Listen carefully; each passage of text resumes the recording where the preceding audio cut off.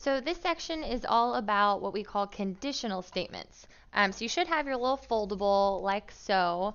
Let's go ahead and start with the first one, conditional statement, and let's define that. So a conditional statement is just a logical statement that can be written in what we call if-then form. Okay, these statements can be either true or they can be false. So true or false doesn't matter as long as they're written in an if-then type of form.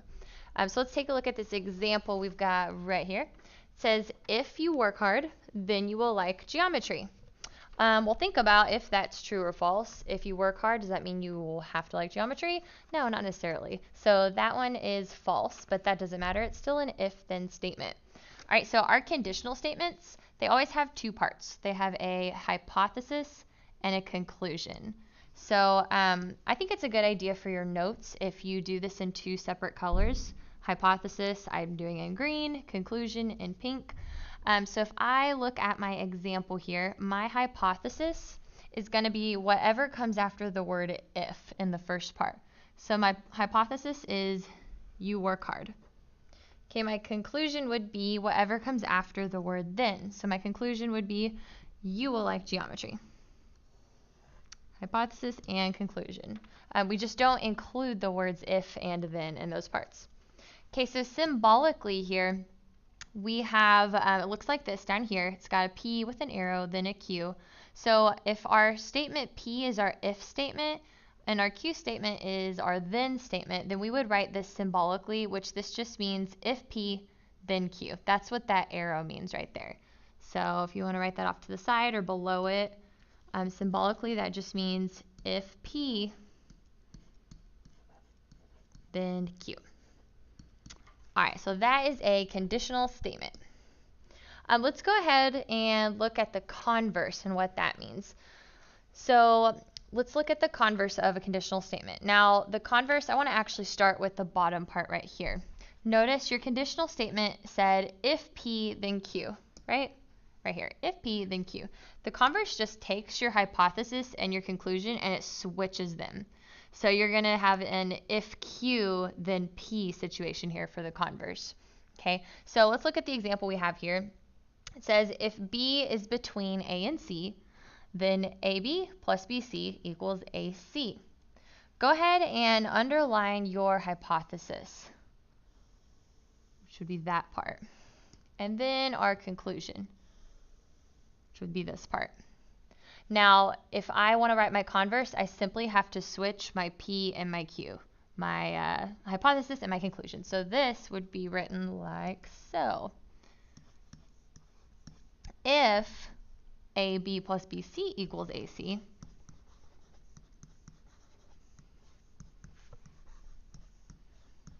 then, can y'all finish that? Then B is between A and C.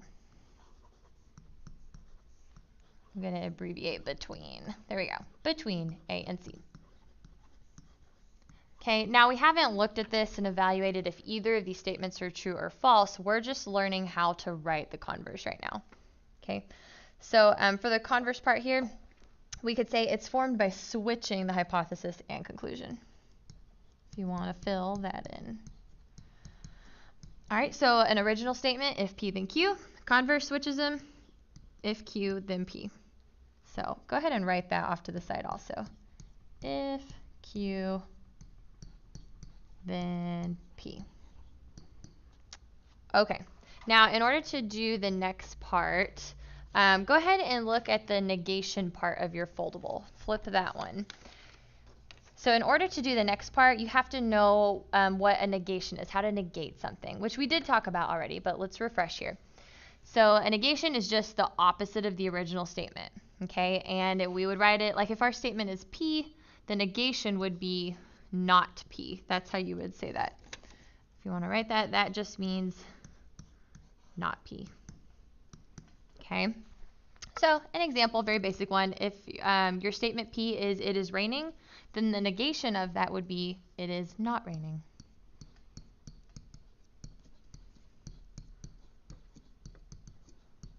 Good. Okay, so we know how to negate things. That is going to help us with the inverse of a statement. All right, so we have our original conditional. We know our converse switches the hypothesis and the conclusion. The inverse does something different. Okay, so go ahead and locate inverse on your foldable. It's like the bottom right. So instead of switching stuff, we are simply going to negate both the hypothesis and the conclusion. So inverse is formed by negating the hypothesis and the conclusion.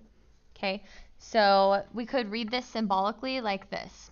Well, the arrow always means it's an if-then statement. So this would be if not P, then not Q. That's how we would write that symbolically. So let's look at our example.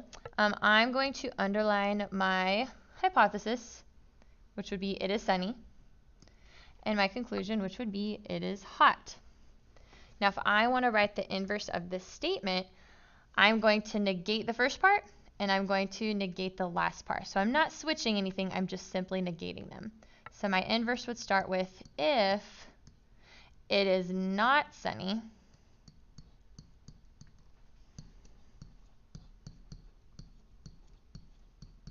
then it is not hot. We negate both parts. Again, we're not evaluating the truth value for any of these statements yet. We're just figuring out how to write them. We'll look at the truth value in a little bit. All right, so there's our inverse. Okay, let's look at our other one here, contrapositive. So on your foldable, that is like the top right. So this is called the contrapositive. I always save this one for last because this actually does basically the inverse and the converse at the same time. So the converse switches them, inverse negates them. The contrapositive is going to do both of those, switch them and negate them. So let's actually write that first here. So we'll put formed by switching and negating the hypothesis and conclusion. Make that a little smaller. Okay, so symbolically we have it right here. This would be if not Q, then not P. Okay, so if your original statement is if P, then Q, then this is going to be your contrapositive. If not Q, then not P. Negating both of them and you're switching them. So let's look at an example of that here. So our example says if two angles are vertical angles, then they are congruent. So I'm going to underline my hypothesis here. Two angles are vertical angles. My conclusion would be they are congruent. Okay, so in order to write my contrapositive, I am going to, first of all, apply the converse to it, right? I'm going to switch my if-then parts. My hypothesis and conclusion are going to switch. And I'm also, at the same time, going to negate both of them. So think about what I would have to write first here.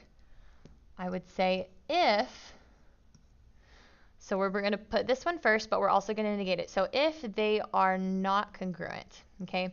Now, you can change some of the words. Like if you start by saying if they are not congruent, that doesn't logically make much sense. We know we're talking about two angles. So you can go ahead and switch some words here to make it logical and say if two angles, because that's just our subject of what we're talking about. So if two angles are not congruent, gotta negate that.